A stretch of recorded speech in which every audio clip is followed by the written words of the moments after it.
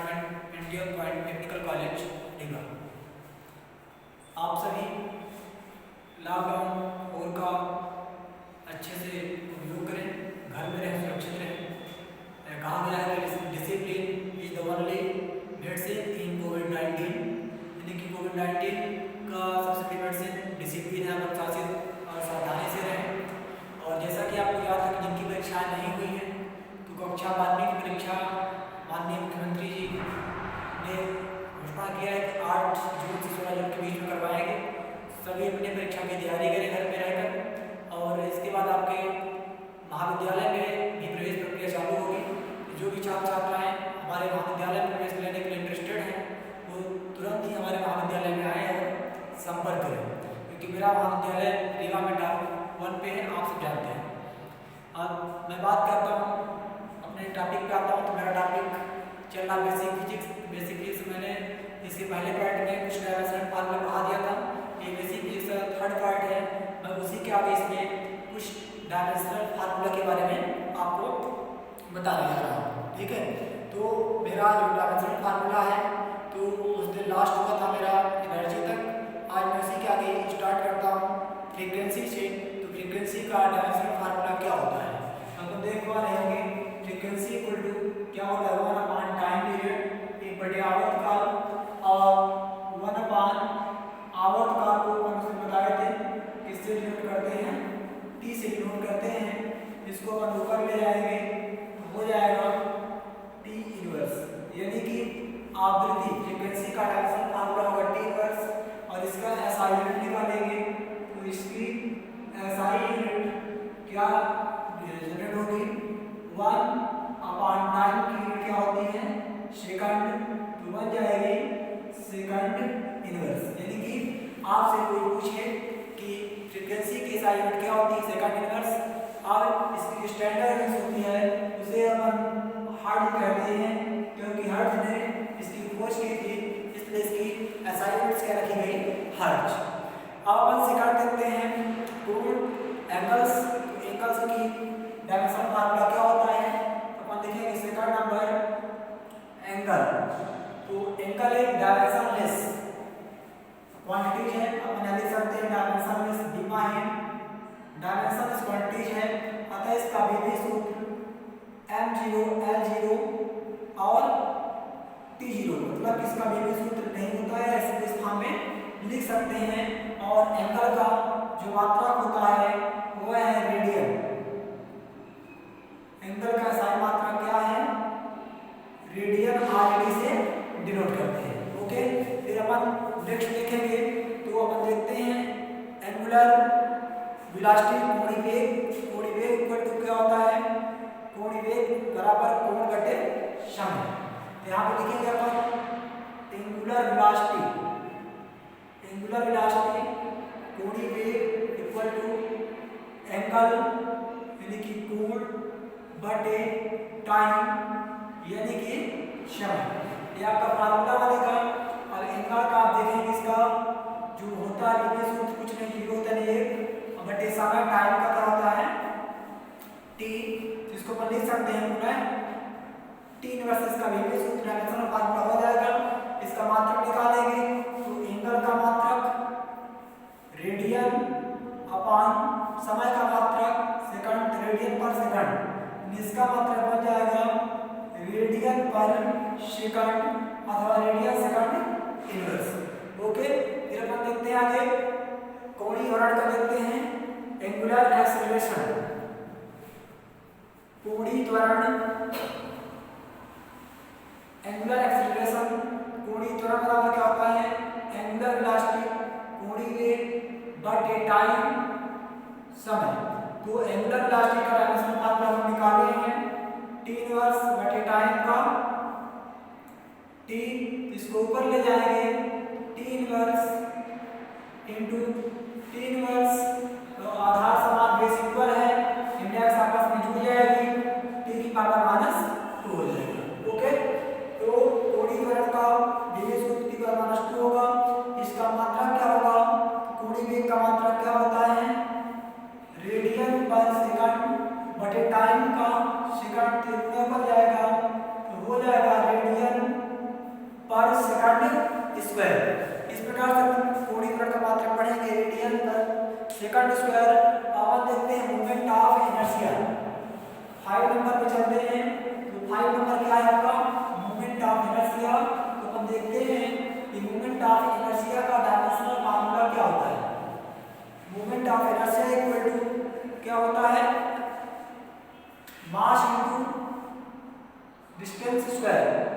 Moment of inertia इसको हिंदी बोलेंगे जड़त्व आघूर्ण। मोमेंट ऑफ इनर्शिया जड़त्व आघूर्ण बराबर क्या होता है I equal to LR square mass into दूरी डिस्टेंस स्क्वायर। तो मास को रिप्रेजेंट करते हैं हम सब बताए थे और दूरी को रिप्रेजेंट करते हैं एल से हो जाएगा ml स्क्वायर। यानी कि मोमेंट ऑफ इनर्शिया का डायमेंशन फार्मूला क्या निकलेगा ml स्क्वायर निकलेगा। ओके अब हम देखेंगे इसका मात्रक। तो मास का मात्रक kg द्रव्यमान का इनटू डिस्टेंस का मात्रक metre square. Moment of inertia का SI यूनिट क्या निकलेगी किलोग्राम मीटर स्क्वायर। फिर अपन देखते हैं कोणीय संवेग एंगुलर मोमेंटम चेंज। कोणीय संवेग तो क्या होता है 6 नंबर डालेंगे एंगुलर मोमेंटम। कोणीय संवेग बराबर इसको रिप्रेजेंट करते हैं जैसे इक्वल टू मोमेंटम यानी कि संवेग गुणन डिस्टेंस बोले तो दूरी। यानी कि कोणीय संवेग बराबर क्या हो जाएगा आपका संवेग गुणित दूरी। अपन देखेंगे मोमेंटम संवेग का क्या होता है। संवेग करने से पहले वीडियो दिखा चुका हूं। संवेग मोमेंटम भी इक्वल टू क्या होता है m भी मास इनटू वेलोसिटी। तो m का होता है m वेलोसिटी होता है l की पावर -1। तो संवेग का निकलता है m l की पावर -1। यहां पे हम रख देंगे m l की पावर -1 इनटू लेंथ का हो जाएगा l। तो टोटल क्या बनेगा ml स्क्वायर t पावर -1 ये बन जाएगा एंगुलर मोमेंटम। अब इसका मात्रक निकालेंगे मात्रक। तो संवेग मोमेंटम क्या होता है मास का kg वेलोसिटी का मीटर पर सेकंड। तो हो जाएगा kg इंटू मीटर पर सेकंड इंटू डिस्टेंस का हो जाएगा मीटर। तो हो जाएगा kg मीटर स्क्वायर पर सेकंड। हो जाएगा एंगुलर मोमेंटम का। अपन आगे दिखाते हैं टार्क। टार्क बोले तो बल आघूर्ण। तो टार्क का डायमेंशनल फार्मूला क्या होता है बल आघूर्ण फोर्स ऑफ टार्क। तो टार्क इक्वल टू क्या होता है बल आघूर्ण बराबर बल गुणित दूरी। 7 नंबर पढ़ेंगे अपन बल आघूर्ण बराबर बल गुणित दूरी फोर्स इनटू डिस्टेंस। फोर्स का क्या होता है ml square t power -2 into distance का l। अगर आपको डाउट है हमने आपको निकाल प्रीवियस वीडियो में फोर्स इक्वल टू क्या होता है मास इनटू एक्सीलरेटेड मास का एक्सीलरेशन का 2 ml -2। फोर्स हो जाएगा ml -2 इनटू l। तो l यहाँ पे डिस्टेंस बेस से में पावर जुड़ जाएगा ml स्क्वायर t की पावर -2। ये हो जाएगा आपका बल आघूर्ण का। अब इसका मात्रक निकालेंगे। फोर्स का मात्रक न्यूटन डिस्टेंस का मात्रक मीटर। मात्रा क्या हो जाएगा आपका डिस्टेंस इनटू मीटर। अब अपन निकालेंगे प्रतिबल का स्ट्रेस। तो प्रतिबल इक्वल टू क्या होता है बल बटे क्षेत्रफल फोर्स अपॉन एरिया। फोर्स का हम निकाले यहाँ पे। फोर्स का होता है आपका ml इनटू t की पावर -2 अपॉन क्षेत्रफल एरिया का हो जाएगा l स्क्वायर। क्योंकि क्षेत्रफल area equal to length into breadth हो जाएगा l इनटू l स्क्वायर हो जाएगा। इसको अपन ऊपर ले जाएंगे तो क्या बनेगा ml इनटू t की पावर -2 इनटू एरिया हो जाएगा l की पावर -2।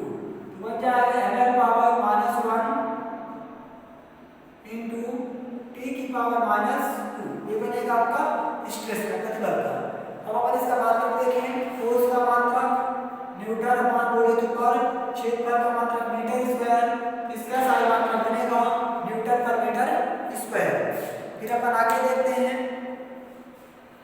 स्ट्रेस के बाद विकृत का देखते हैं। स्ट्रेन का, तो विकृत का क्या होता है, स्ट्रेन इक्वल टू जो है तो आपकी यह भी एक फार्मूला के रूप में रखेंगे तो आपको निकलेगा विकृत स्ट्रेन इक्वल टू लंबाई में परिवर्तन growth into length change into length बटे प्रारंभिक लंबाई में परिवर्तन। तो हो जाएगा आपका यल मान यल, यानी कि यल से कैंसिल, यल जीरो, अर्थात विकृत स्ट्रेन भी आपकी क्या होगी, एक डायमेंशन लेस क्वांटिटीज हो जाएगी। अपन निकालते हैं, बहुत ही मोस्ट है ग्रेविटेशनल कांस्टेंट, गुरुत्वाकर्षण बल। 10 नंबर देखते हैं, ग्रेविटेशनल कांस्टेंट गुरुत्वाकर्षण बल G इक्वल टू क्या होता है, force into distance square upon mass into mass. ये फार्मूला जनरेट होता है, अकॉर्डिंग टू फार्मूला को सॉल्व करेंगे तो फोर्स का फार्मूला निकाल चुके हैं, यहाँ पे निकालें force equal to mass of acceleration, इसको सॉल्व किया तो आ गया एल की पावर -2। तो अपन इसको रखेंगे तो आपका हो जाएगा ml की पावर -2 इनटू डिस्टेंस का हो जाएगा l square upon mass into mass, यानी m इनटू m। इसको हम सॉल्व कर लेंगे, इसको सॉल्व करते हैं तो आपका फार्मूला जनरेट होता है। तो आप देखेंगे सॉल्व करेंगे तो m l यहाँ पावर 1 यहाँ 2 है, बेस इक्वल पावर आपस में ऐड हो जाएगी, l पावर 3 इनटू t की पावर -2 और m को ऊपर ले जाएंगे तो m इनटू m स्क्वायर हो जाएगा, लेकिन ऊपर जाएगा पावर -2 हो जाएगा, क्योंकि साइन चेंज होती है तो हो जाएगा m power -1 l power 3 t की पावर -2। ओके, अब इसका अपन ऐसा यूनिट निकालते हैं, तो फोर्स के साथ यूनिट न्यूटन इस r की मीटर स्क्वायर बटे वोल्यूम पर और मास की केजी इनटू केजी, तो हो जाएगा केजी स्क्वायर। ये होती है आपके ग्रेविटेशनल कांस्टेंट की एसआई यूनिट। फिर अपन देखते हैं नेक्स्ट सरफेस टेंशन की। तो सरफेस टेंशन का क्या होता है फार्मूला, सरफेस टेंशन की हिंदी में कहेंगे पृष्ठ तनाव। सरफेस टेंशन पृष्ठ तनाव बराबर क्या होता है, बल बटे क्षेत्रफल, बल बटे क्षेत्र फोर्स अपॉन एरिया। फोर्स को निकाले यहाँ पे देखिए, force mass into acceleration ml की पावर -2 अपॉन एरिया का length into breadth l square. इसको आप सॉल्व कर दीजिए तो हो जाएगा ml t की पावर -2, l ऊपर ले जाएंगे तो l की पावर -2, इसको सॉल्व कर लेंगे यहाँ 1 और -2 तो हो जाएगा -1 t की पावर -2। ये हो जाएगा आपका सरफेस टेंशन पृष्ठ तनाव का डायमेंशन फार्मूला। यूनिट निकालेंगे फोर्स की न्यूटन अपॉन वोल्यूम पर, क्षेत्रफल की मीटर स्क्वायर। ओके, अपन नाउ लास्ट देखते हैं प्लांक कांस्टेंट का क्या होता है। तो प्लांक कांस्टेंट ये बहुत ही महत्वपूर्ण मोस्ट है। प्लांक कांस्टेंट इक्वल टू क्या होता है फार्मूला, एनर्जी अपॉन फ्रीक्वेंसी। तो ट्वेल्थ है आपका Planck constant h equal to energy upon frequency of the beam. Energy का लोग निकाल चुके हैं, क्योंकि कार्य और ऊर्जा का आपस में वर्क इक्वल टू एनर्जी। तो कार्य का होता है ml square t power -2 upon frequency का होता है t की पावर 3 क्योंकि आवृत्ति बटे आवर्त का। तो इसको सॉल्व कर लेंगे तो हो जाएगा आपका ml स्क्वायर t की पावर -2, इसको ले जाएंगे ऊपर तो t पावर -1 हो जाएगा, तो आपका क्या बनेगा ml स्क्वायर t की पावर -1। इस प्रकार से प्लांक कांस्टेंट का डायमेंशन फार्मूला यह निकलेगा। इसकी यूनिट निकाल डालेंगे तो एनर्जी क्या होती है जूल और फ्रीक्वेंसी क्या होती है हर्ट्ज, यस निकाल सकते हैं सेकंड इनवर्स आवृत्ति बराबर होती है आवर्तकाल, तो सेकंड इनवर्स के रूप में ले सकते हैं। इस प्रकार से ये हमारा डायमेंशनल फार्मूला का दूसरा पार्ट, बेसिक चीज का तीसरा पार्ट फिनिश होता है। आई होप कि आपको यह फार्मूला अच्छे से समझ में आया होगा। आप इस फार्मूले के साथ साथ हमारे जितने फिजिक्स वीडियो आप उसको अच्छी तरह से देखें।